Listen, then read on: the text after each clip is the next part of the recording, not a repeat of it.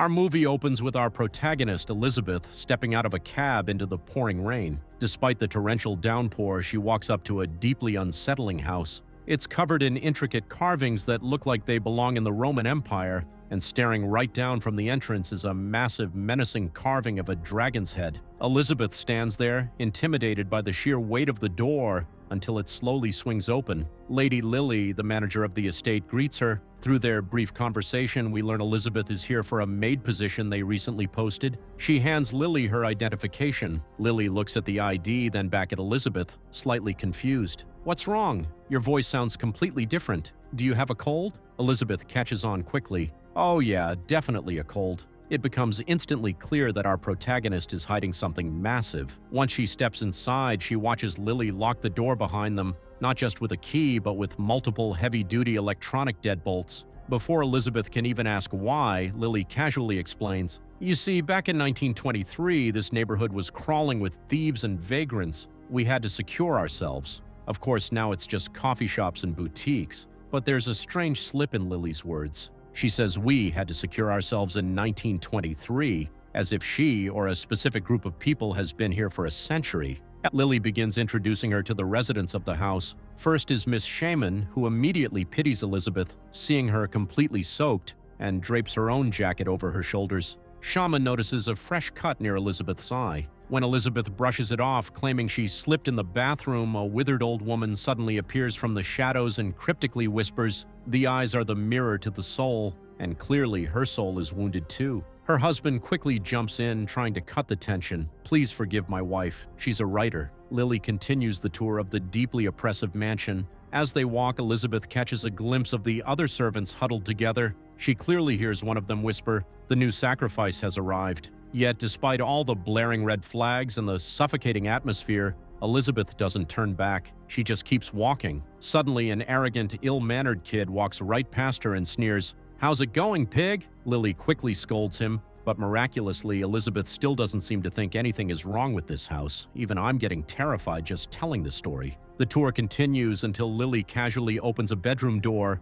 only to find her own husband standing inside. She freezes, her eyes turning into cold daggers. She issues a quiet, terrifying command. "Leave the new staff alone. I think you know exactly what I mean." He obediently walks out. Elizabeth finally steps into her own room, which is immaculately neat. The absolute second Lily leaves and closes the door, Elizabeth's entire demeanor changes. She drops the innocent act and frantically empties her bags, rushing as if someone is hunting her. She heads into the bathroom. Written directly on the foggy mirror are the words, "They are going to kill you. Run." But Elizabeth just wipes it away, convincing herself she's just seeing things. After taking a quick shower, she hears a faint rhythmic breathing echoing around her. She follows the sound until it leads her straight to the air conditioning vent. She flicks her lighter to see inside the dark grate. Suddenly, a human eye blinks back at her from the darkness. A violent force shoves the vent out, knocking Elizabeth to the floor. Any normal person would have bolted right then and there, but not Elizabeth. She actually takes it as a challenge.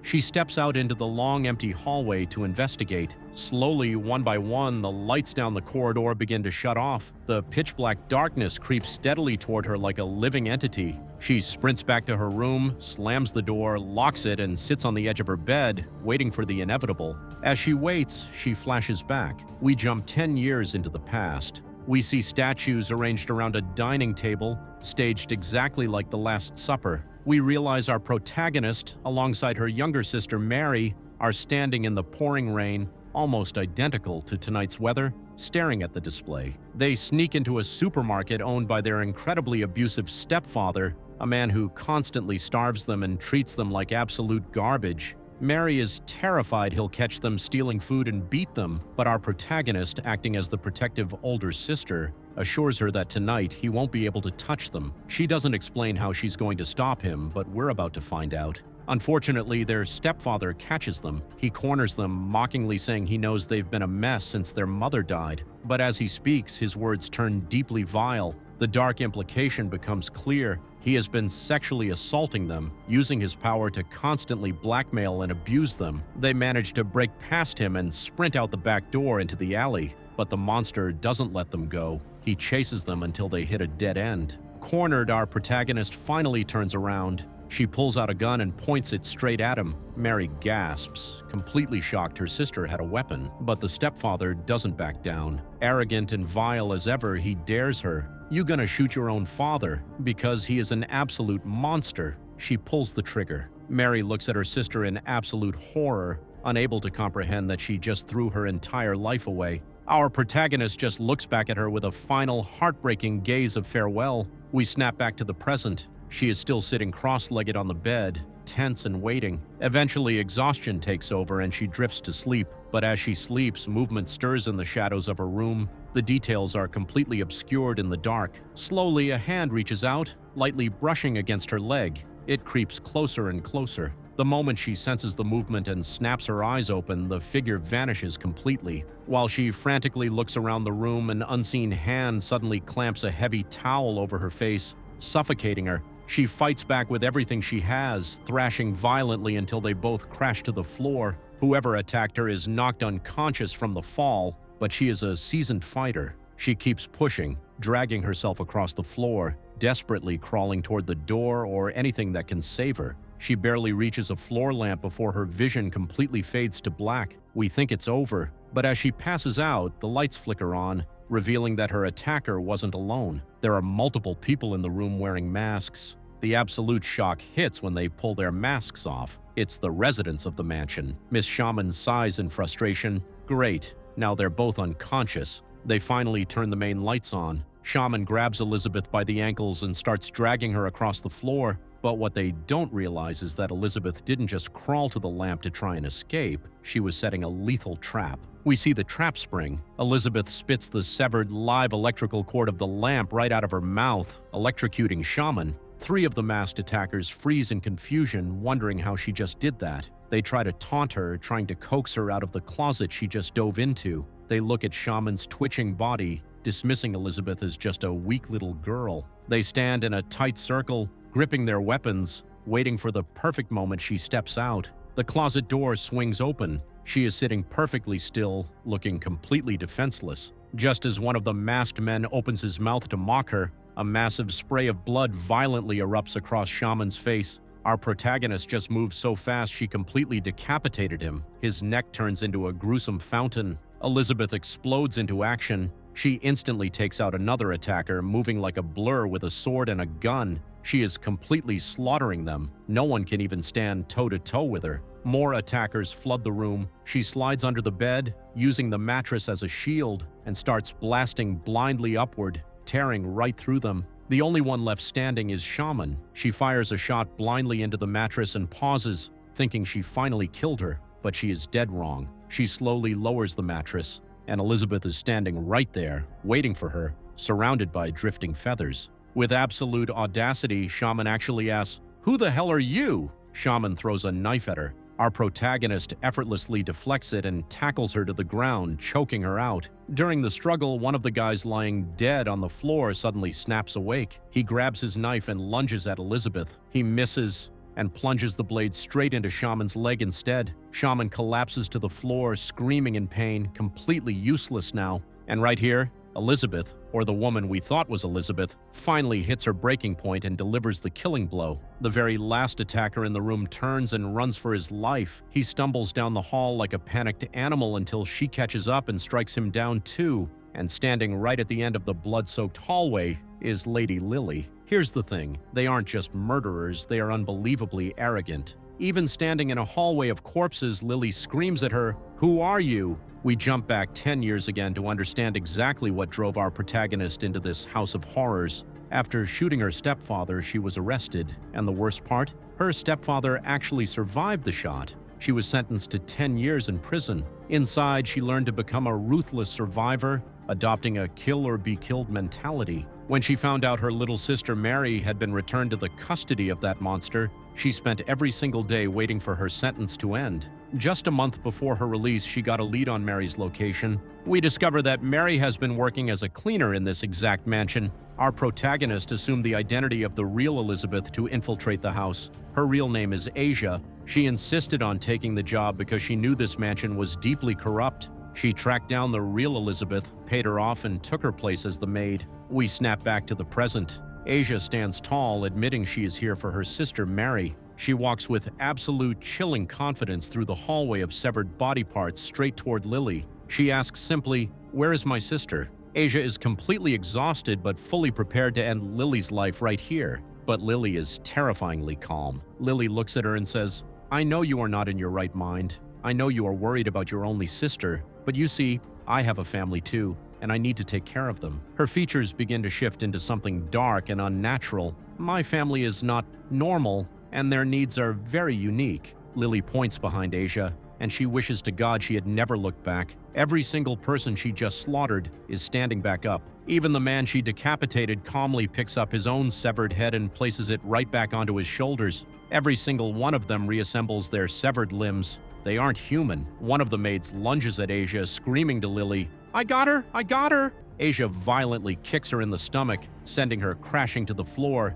and dives into a nearby room to hide. Inside, she runs straight into the arrogant kid from earlier. He curses at her and manages to stab her lightly in the back. Asia spins around and instantly knocks him out cold. Out in the hallway, Lily casually walks up to the maid. Asia just kicked. She looks down and says calmly, "Darling, when you come back to life, please make sure you clean up your own blood. I would really appreciate it." As the maid bleeds out and dies, she whispers back, "Of course, but we are out of bleach. You'll need to order more." And she violently yanks the blade straight out of her own back. Asia stands in a room, writhing in pure agony from the stab wound. She desperately needed to get the blade out, even shattering the mirror to use a shard of glass just to see the wound on her back and pull it free. And she successfully does. As she pulls it out, she can hear Lily's voice echoing through the house, taunting her. Lily warns her that no matter where she runs or hides, she is their new sacrifice. They have lived here since 1923, and this is exactly why Lily referred to "we"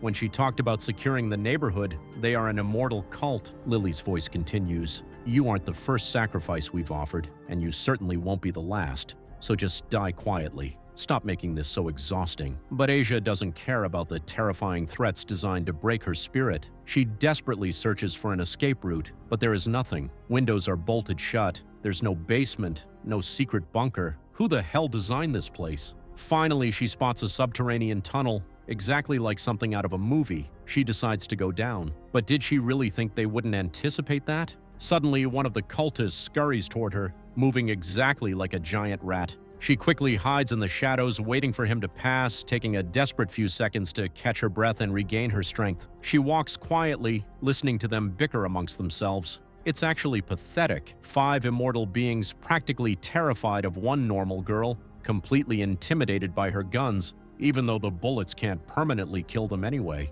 She finds herself hiding behind a massive bookshelf, but the second she thinks of her sister's name, they spot her. They stare in absolute disbelief. What the hell is she made of? In a split second, Asia slams the door shut, locking herself in, but they immediately start plunging swords straight through the wood. She moves with incredible agility, dodging every single blade, except the last one. It pierces right through her hand, pinning her tightly to the door. Shaman peeks through the splintered wood, absolutely gloating. In that moment, Asia decides there is no holding back. She violently rips her hand right through the blade, splitting her own flesh in half, completely indifferent to the pain because her only focus is saving her sister. She instantly makes a run for it. Shaman takes it completely personally and starts firing bullets at her, despite the fact that they explicitly need her alive for the sacrifice. A brutal chase ensues. They are literally running on their hands and knees down the hallway. Asia finally tackles her, stabbing Shaman violently and repeatedly with a dagger,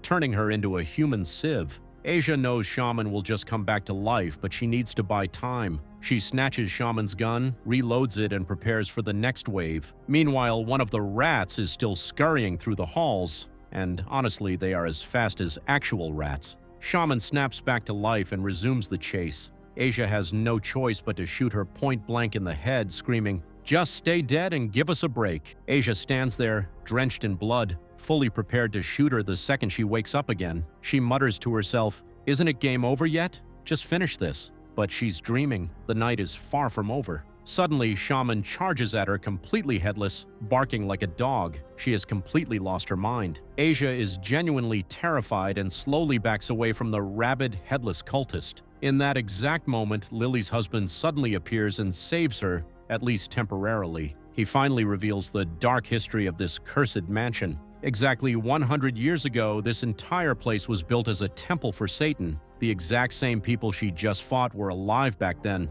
They refused to die, so they made a dark pact with the devil. In exchange for absolute immortality, they must regularly offer him a human sacrifice. They specifically prey on the naive, the vulnerable, and the deeply impoverished. The ones who survive and join the cult are tasked with serving them. This is why the servants, and even Lily, are still alive. They successfully brought in alternative human sacrifices to take their place. He urgently warns her to follow him. She is tonight's sacrifice, and they must offer her before the sun rises. They are not going to let this go. Meanwhile, one of the cultists she killed, the one with the completely shattered head, has an eye that pops out and literally scurries across the floor to spy on Asia and Lily's husband. This is exactly why Lily previously warned him, "Stay away from the new maid." The rogue eye watches them escape, stretching its optic nerve to bounce up the stairs. As Asia follows Lily's husband up through the different floors, she spots something horrifying, a room filled with entirely naked people, all pressed together.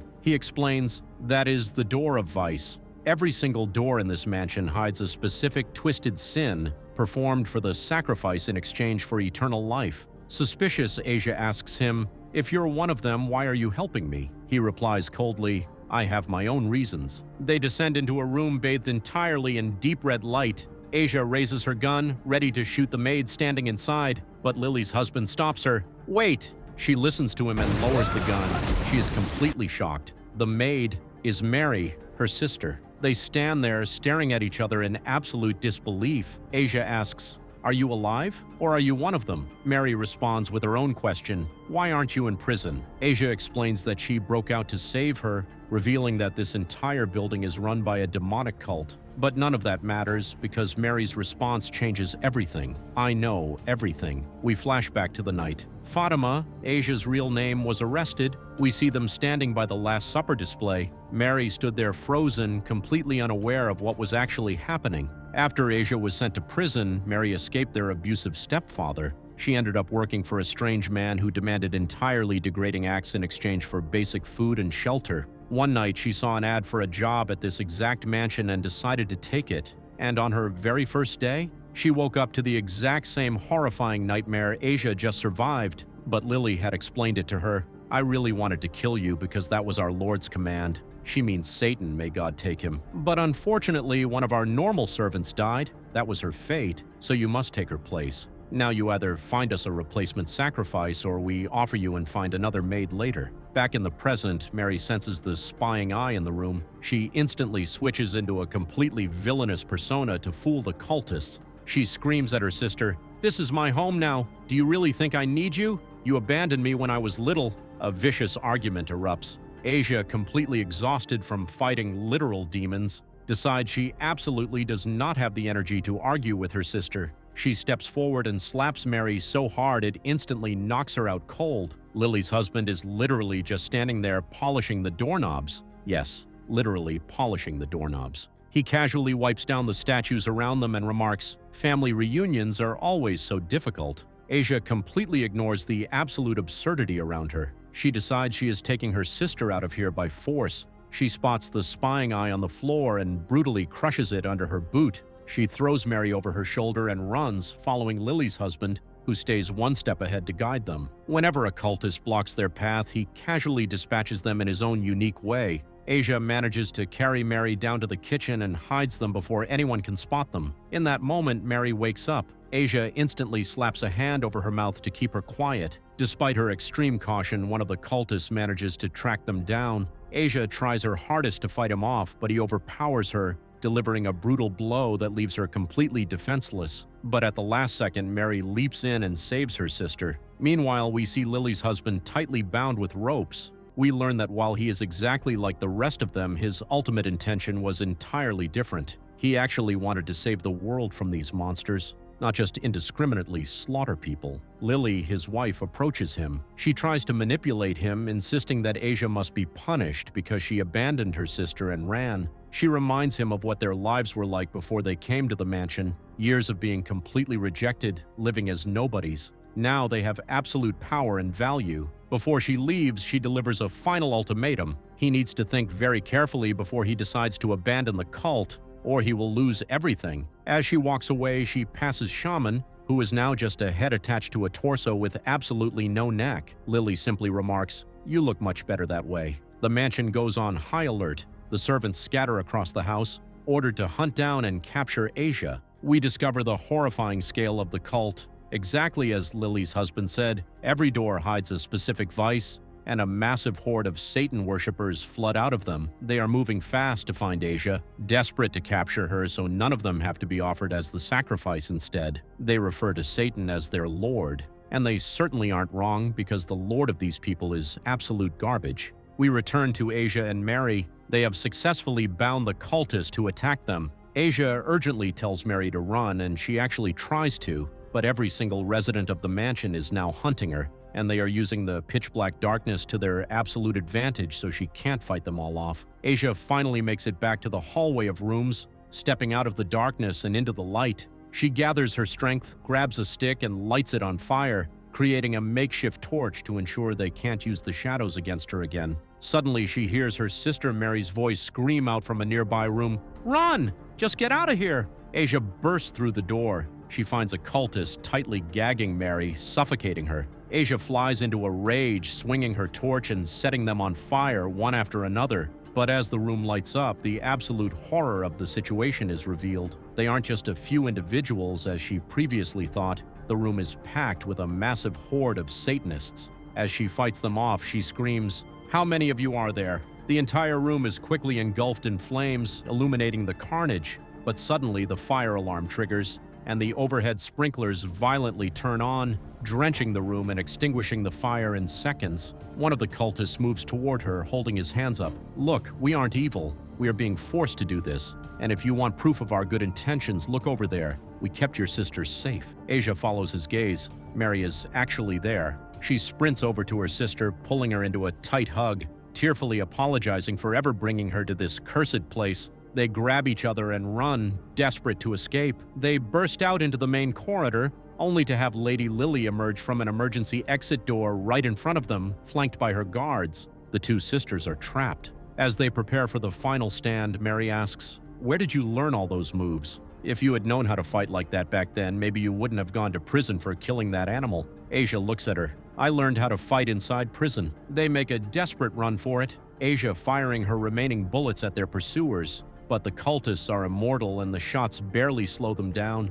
In the chaos, Asia nearly falls to her death, but Mary yanks her back up. They successfully get away from that initial group, only to walk right into Lily and the rest of the high-ranking cultists. Lily stands there with a cold, terrifying smile on her face. She looks past Asia at her little sister. "Thank you so much, Mary. Your mission is finally complete." Asia freezes. "Mission? What mission?" Lily's eyes burn with sadistic glee. "You mean you didn't wonder how your little sister just happened to get a job in this mansion? Do you really think that was a coincidence?" We flash back. We see Lily meeting with Mary, striking a dark bargain. Lily needed a replacement sacrifice, a new maid to take Mary's place in the pact. Mary had agreed to use Asia as a replacement to save herself. Lily snaps back to the present. "I was supposed to offer Elizabeth as the sacrifice, but when Fatima, Asia, as you call her, walked in pretending to be Elizabeth, it was actually the perfect opportunity for Mary. Everyone here has drunk the blood of the welcome covenant to seal the sacrifice, even your own sister." Asia stares at Mary, completely crushed, unable to comprehend that her own little sister betrayed her. Before Asia can react, the cultists rush her. Trying to dodge, she steps backward into an open elevator shaft and plummets. In the last second, one of the cultists catches her by the hand, leaving her dangling. Lily walks up, draws a knife, and calmly stabs Asia in the abdomen. Asia cries out and goes limp. Knowing the sacrifice must be offered while still alive, they pull her up and violently drag her into the ritual chamber. Mary follows them, her face cold and unreadable. We are in the ritual chamber. It's decorated in pure blood red, filled with countless candles. At the center is a severed pig's head surrounded by a shrine. Lily orders Mary to begin. Mary takes a sample of Asia's blood dripping from her stomach wound and holds it up to the pig's nose. They wait in absolute silence to see if the sacrifice is accepted. Suddenly, a shadow grows in the corner of the room, taking a form too terrifying to fully comprehend. The shadow stretches across the wall until it touches the pig's head. It's an accepted sacrifice. But there is a twist. Lily steps forward, announcing that they are not just offering Asia, they are also offering Mary and Lily's own husband to punish them for their betrayal of the cult. The entity has already stripped their names from the Eternal Life Scroll. Lily's lord issues a final command. Lily must murder her own husband with her own hands, or they will hunt her down and sacrifice her instead. Lily breaks down, begging for mercy, crying that he is her love. But when the entity's logic ignores her pleas, self-preservation takes over. She grabs a ritual knife and murders him on the spot. Now, it's Mary's turn. Asia watches, completely heartbroken, as her little sister falls to her knees before the shrine, begging Satan for mercy, pleading for a second chance. Asia screams at her, desperate for Mary to find some ounce of her real self again. But Mary just looks back at her coldly. "I'm sorry, Fatima, but I'm not used to having you in my life anyway." The Lord commands Mary to sacrifice Asia to save herself. Mary accepts, stepping forward to prove her loyalty by writing her name on the scroll attached to the pig's head. In this cult, having your name written on the Lord's scroll means you are preserved for eternal life. Mary walks toward the scroll. She draws Asia's blood from her wound and writes the name. She turns to her older sister, offering a seemingly final gaze of farewell. "I really wish we could have stayed together." And in a world-shattering twist, Mary brutally kills herself right there. Asia collapses. She has lost too much blood, and now her little sister is dead before her eyes. The trauma breaks her. She collapses to the floor, ready to die. But with her very last breath, Mary reaches for Asia. "Asia, destroy them." In that final second, Asia realizes the truth. It was all an act. Mary didn't betray her. She sacrificed her own life to save her sister. Mary didn't write her own name on the scroll to live forever. She wrote Asia's name, gifting her sister the immortality of the cult. Satan's lord screams in primal fury as Asia, who everyone thought was dead, suddenly gasps for air. The Lord's covenant is corrupted, a human sacrifice was not completed, and now his immortal scroll is binding to Asia, a rebel. In a blur of impossible speed, Asia moves like a wraith. She lunges forward, violently rips the scroll right off the pig's head and burns it. The pig's head lets out a terrifying roar of pure rage as the Lord's pact with the cult is severed forever. A brutal, final battle to the end erupts. Asia is no longer just fighting, she is an avatar of vengeance, now possessing the same unnatural resilience as they did. But she isn't just cutting them, she is using devastating force to permanently pin them to the stone walls of the mansion, driving sword after sword through their immortal chests until they are nothing more than helpless pinned specimens. She slaughters them one by one until only Lady Lily remains. Lily falls to her knees, screaming to her lord for help. He responds instantly, possessing Lily's body and granting her all of his dark, terrifying power. Lily transforms into a sickening, twisted abomination before Asia's very eyes. She looks at Asia with unholy power radiating from her. "If you came here for a game, I think my new form reminds you exactly who the lord of this house is." A final apocalyptic fight begins. It's a blur of pure chaos until Asia finally gets the upper hand. In one violent motion, Asia rips Lily's head completely off. Lily's massive mutated body falls to the ground, useless. Asia walks over to the severed head. Lily is still alive in some twisted way. Asia picks up the head by the hair. "How do I bring my sister back?" Lily smiles, her eyes already dead. "It's simple. Life for a life." Asia looks at the Lord's head, thinking of her sister Mary. She doesn't hesitate. Asia just looks at Lily's head and burns it into absolute ash. The moment the final particle of Lily's Lord burns, the entire foundation of the mansion shakes. The names of every single cult member burn off the non-existent scroll, and one by one, they all violently explode. Just before she meets her end, Shaman screams at Asia, "I will see you in hell!" Asia looks back. "I don't expect so, but you're already going there anyway, so you can meet him there. I'm the one who isn't coming." Asia walks through the burning, collapsing mansion, picking up her dead sister and carrying her out in her arms. As she walks past the few remaining Satanist worshippers still hiding in the shadows, she issues one final chilling warning. "If I were you, I'd start running before I turn you all into absolute trash." She carries Mary out of the mansion, puts her in the backseat of a car, and drives away. As they are driving, Asia pulls out the final charred remnant of the scroll. She picks up a pen and writes Mary's name on it. Asia just used the dark power she inherits from Lily's Lord to resurrect her own sister. Mary gasps for air in the back seat. Her wound dissolves. She is completely alive again. Behind them, the massive Roman mansion is completely gone in a blink. The entire site is instantly replaced by a completely empty, abandoned ruin, as if it had been a ghost story for a century.